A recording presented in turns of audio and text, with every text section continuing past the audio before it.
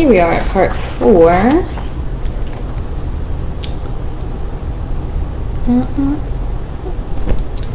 Oh, hello, Pumpkin. Hello. Pumpkin was climbing the tree and she went. She's been very adventurous.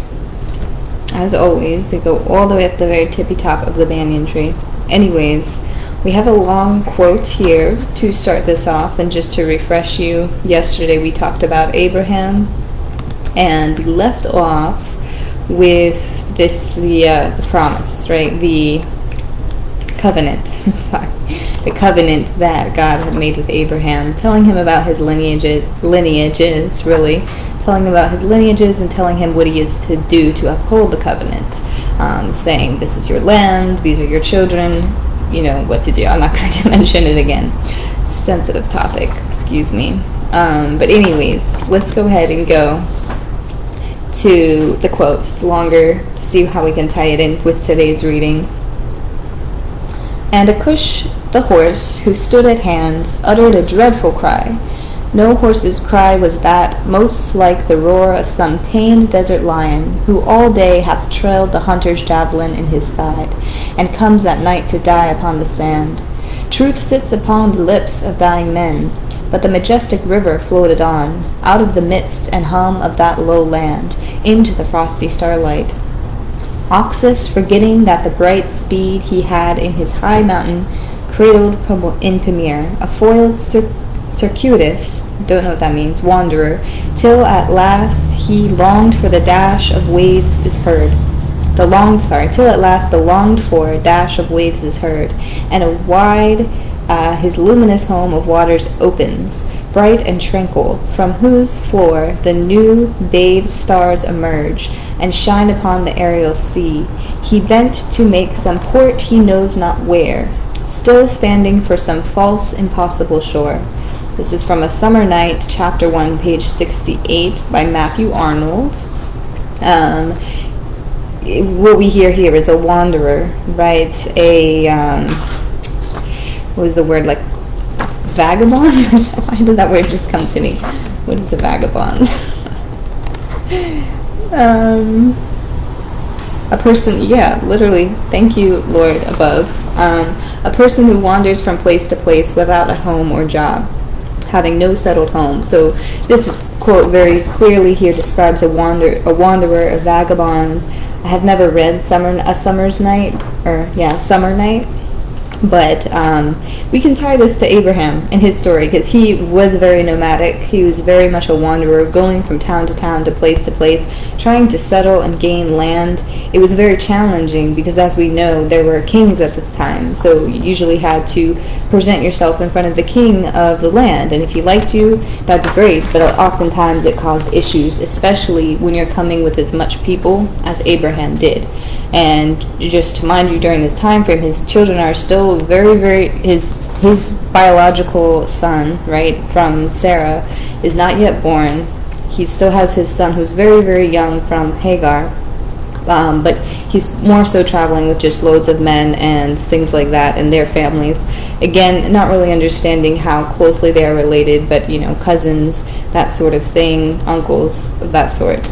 Yes. Anyways, he's traveling with lots of men, slaves, not slaves, and to go to different towns to settle, it's a bit of a challenge because so many people and they need a lot of land and a lot of resources and supplies. You're not going to travel with your whole livestock. You just settle somewhere and then you build up as you get there.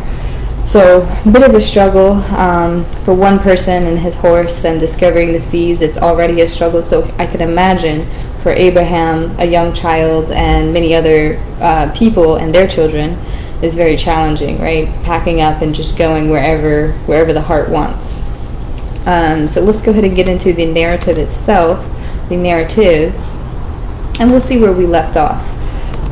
So let's start here. Abraham looked up and saw 3 men standing nearby. When he saw them, he hurried from the entrance of his tent to meet them and bowed low to the ground. Then he ran to the herd and selected a choice tender calf and gave it to the servant, who hurried to prepare it. So this is when the angels, the three men who were really angels but in human form, came to Abraham, and they were going to tell him that he was to have a son. They were going to let him know the news. Sarah overheard, starts laughing, and there was a whole drama with that. But without going into too much detail, we're going to move to the next scene. But keep those three men in mind, because they show up and they carry out some tasks very shortly. Then the Lord said, "Shall I hide from Abraham what I am about to do?" The men turned away and went towards Sodom, but Abraham remained standing before the Lord. Then Abraham approached him and said, "Will you sweep away the righteous with the wicked? What if there were 50 righteous people in the city? Will you really sweep it away and not spare it? And not spare the place for the sake of 50 righteous people in it?" Then he said, "Abraham, may the Lord not be angry, but let me speak just once more. What if only 10 can be found there?" He answered, "For the sake of 10, I will not destroy it."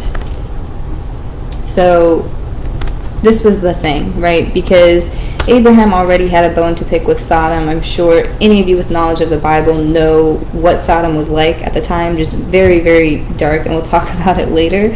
But God was going to destroy Sodom. Oh my goodness, the cats are being so crazy today. I don't know what's going on. He's so crazy. God was going to destroy it because of the things that we will soon discuss. And Abraham's saying, well, wait, he knows Lot is there, right? Lot is there.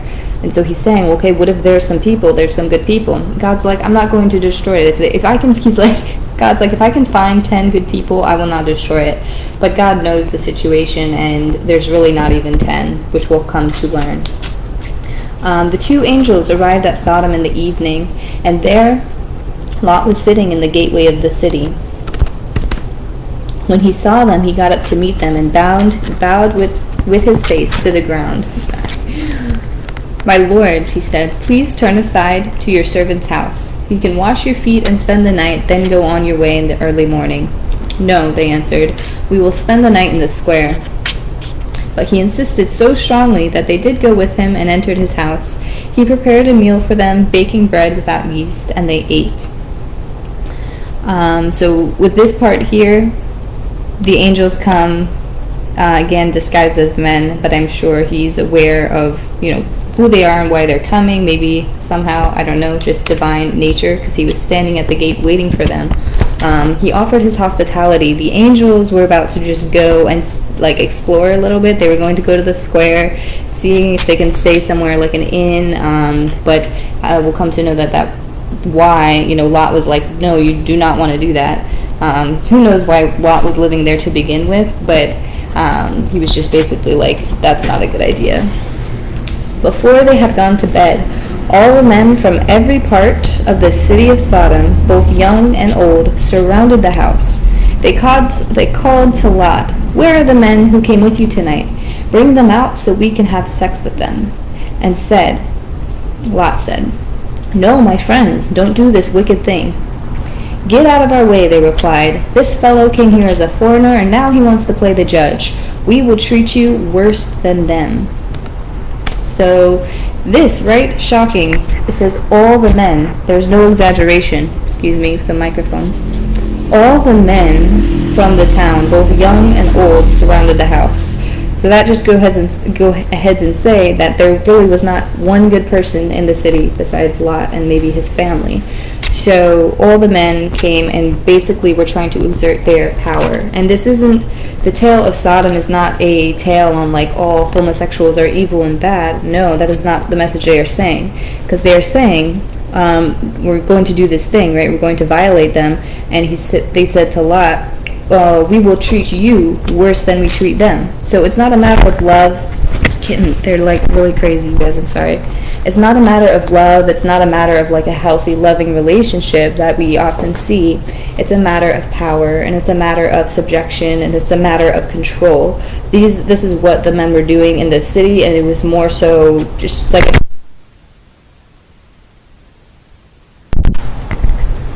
Sorry guys, I don't know if the mic cut out all the way, if you can still hear me. Let me just check. Yeah, it's still in. She pulled it all the way out. Anyways, it's a power play, right? They were trying to exert control on all the men in the city. All the men were in cahoots, and it was just like a terrible thing. So basically, this is the result. The two men said to Lot, "Do you have anyone else here, sons-in-laws, sons or daughters?" He said. "Hurry and get out of this place, because the Lord is about to destroy this place. The outcry to the Lord against this people is so great that he has sent us to destroy it." And as soon as they had brought them out, one of them said, "Flee for your lives, don't look back, and don't stop anywhere in the plain. Flee to the mountains, or you will be swept away." Early the next morning, Abraham got up and returned to the place where he had stood before the Lord. He looked down towards Sodom and Gomorrah, all the land of the plain, and he saw dense smoke rising from the land, like smoke from a furnace. Lot and his two daughters, pause. Basically, the town was destroyed because God was very specific. Abraham kept pestering him. He's like, "What if there is 50 people? Would you save the land?" And God's like, "Yes." Abraham's like, "What if there's 40 people? Would you save the land?" He's like, "Yes." "What if there's 30 people? Would you save the land?" God's like, "Yes." But really, it was just Lot and just, his family that they could find. It was just like 3 or 4 people. So therefore, Sodom and Gomorrah are no more. The ash from the sky fell down. Sulfur fell from the sky, fell down and destroyed the city. So now we're going to learn about Lot a little bit and see what the situation is with his family. It's really the justness and the morals of this time especially were just way crazy. And we wonder why God was ever so present, why people saw God, right, or his spirit, and why people saw angels in person, because they were, of course, people see them now in like dreams and things like that, but the connection needed to be made, and they were really there for like intense guidance and intense guidance, because people were just so wayward and really needed something to like direct them and show them, because it's the beginning of civilization. It's really the beginning of time itself, so people still really needed help developing themselves. So that's why God is so prevalent and why it's recorded. Angels as well. There's still testimonies where this happens today, but it's a little bit different. But it still happens nonetheless.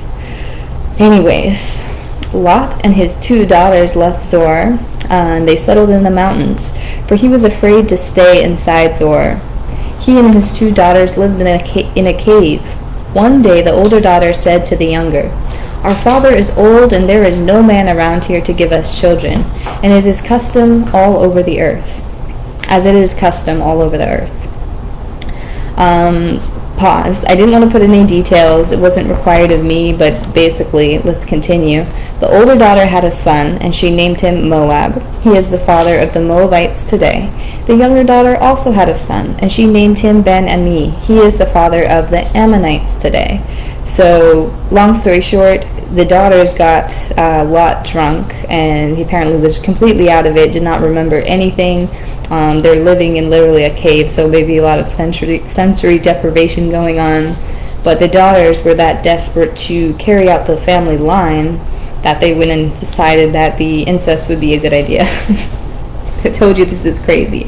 And we wonder why Bibles aren't allowed to be read if in a non-religious school, right? Or even in like college. Like I've read like little like pieces in an educational course, but you can see why people try to cut out the Bible so much, because it's like really interesting things that it's hard topics to even discuss or mention because they're so taboo.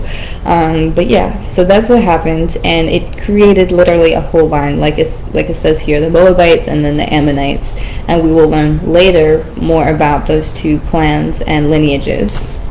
But anyways, Lot and his family there. Now Abraham moved on from there into the region of Negev and lived between Kadesh and Shur.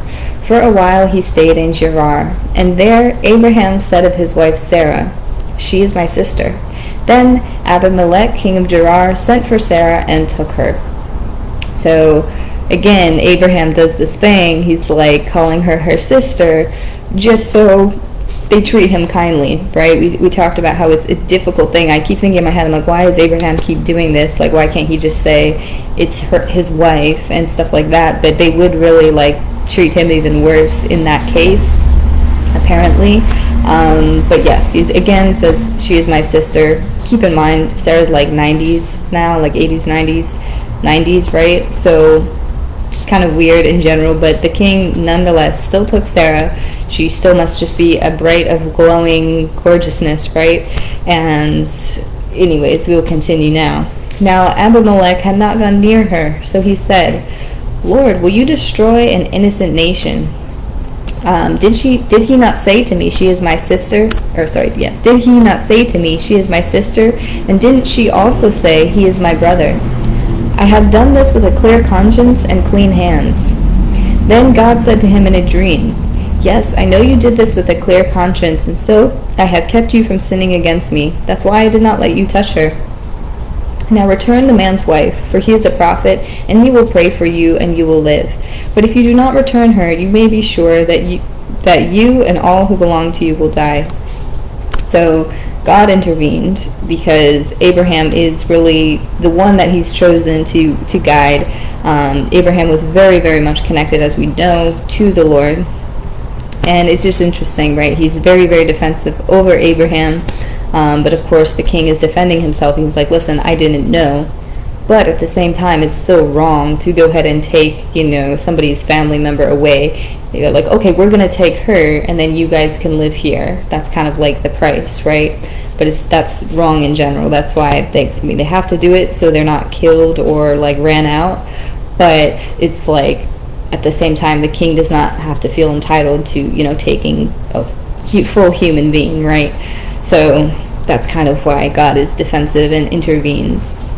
Abraham replied, I said to myself, there surely is no fear of God in this place, and they will kill me because of my wife.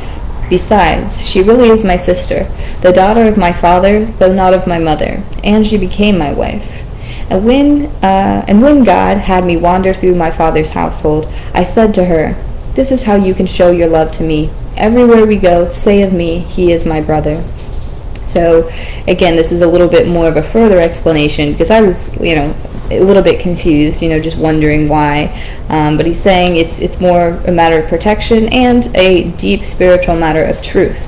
You hear religious people talk all the time. This is my brother, this is my sister, because we are all one family at the end of the day under God. So very, very interesting, and that's also why incest, of course, is taboo and it's not allowed. It's mentioned later in the Bible that it's not permitted, but people were just kind of like, it is what it is, right? We have to continue creating people because there was not that many people at this time. It's very important, very sense of pride, almost a little bit egotistical to want to carry out, your lineage. But it was a method of survival at this time, right? Very honestly, very few people at this time compared to the 8 billion we have today. So anyways, yes, it's sister, brother, term of endearment, and yes, it's not that deep. Then Abimelech brought sheep and cattle and male and female slaves and gave them to Abraham, and he turned his wife Sarah to him. Then Abimelech said, my land is before you. Live wherever you like. Then Abraham prayed to God, and God healed Abimelech and his wife and his female slaves so that they could have children again. For the Lord had kept all of these women in Abimelech's house from conceiving because of Abraham's wife Sarah. Now the Lord was gracious to Sarah, and she had said, as he had said, and the Lord did for Sarah what he had promised. Abraham gave the name Isaac to the son Sarah bore him. So finally, after this time, once they settled in this land here, Sarah became pregnant by Abraham, and Isaac is arrived. Then, and she added, who would have said to Abraham that Sarah would nurse children, yet I bore him a son in his old age. But Sarah saw that the son whom Hagar, the Egyptian, had borne to Abraham was mocking. So Early the next morning, Abraham took some food and a skin of water and gave them to Hagar. He sent them on her shoulders and then sent her off with the boy. She went on her way and wandered in the desert to Beersheba. So, a little unfortunate because the son that Hagar had, dang, hold on, let me find his name because I don't think I wrote it in the past, but it does say who it was. I don't know why I'm forgetting. Ishmael, okay, Ishmael. So that was Ishmael. He's still very young, and in any case, this is the firstborn child. They were spoiling Isaac, and they had a big feast when he was weaned off of the breast milk and everything. They had like a celebration for his coming of age. So Isaac was being treated very nice. I'm sure Ishmael felt some type of way, so he was being like an older sibling would be, maybe a little bit jealous, a little territorial, and maybe mocking or rude. But Abraham was not going to have any of this. As we've learned, the people in this time were nowhere near perfect. Still this day, nobody is perfect, so we have to understand the context and just, the way people dealt with things. But yes, kind of unfortunate that he had to send them off just in the desert, a little child and a whole woman here. But anyways, God heard the boy crying, and the angel of God called to Hagar from heaven and said to her, "What is the matter, Hagar? Do not be afraid. God has heard the boy crying as he lies there." And then God opened her eyes, and she saw a well of water. So she went and filled the skin with water and gave the boy a drink. God was with the boy as he grew up. He lived in the desert and became an archer. So, fantastic. Good news that God is really just overseeing this whole situation. There were a lot of issues everywhere. There was a lot of nations and kings. Although everybody is coming from the same understanding, there were a lot of kings that just dropped the faith completely. Abraham was really one of those individuals, and his family in general was one of those people that stayed committed and stayed very, very closely tied to that connection with God. It's very clear here that you do not need to be perfect. You do not need to be just completely flawless in all that you do to remain protected and to remain connected with the Lord and to remain blessed. And just really, that's what it's all about. So just the littlest bit of faith is the most important thing, because it multiplies and grows into the largest amount of faith that you could have, and it's very, very rewarding. So yeah, this is the whole story of this time. We're going to get more into it tomorrow, but this is where we have a good breaking point, I believe. Goodness, but I told you it's drama. Like, it's even uncomfortable me trying to read it and then explain it. Like, yes, this stuff happened. This was a thing, not to get all like weird and awkward, but it's just, it's a true thing. Stuff still happens, right? It still happens. There's just so many more people that it's like hard to, point out, oh, these people are a problem. You know what I'm saying? Because everybody's all scattered everywhere and intertwined with everything nowadays. Not that it's a terrible thing. It's better to have things more dispersed, right? Just kind of like spread out. And just don't forget, God sees all that you do. But I'm sure none of my friends and followers are much of the problems. And we're honestly getting a lot better as just like we're coming into our knowledge and our higher consciousness. It's very, very important. So love you guys. I'm gonna get ready to commute. I will see you in just a bit, or tomorrow. Bye bye. Just a bit.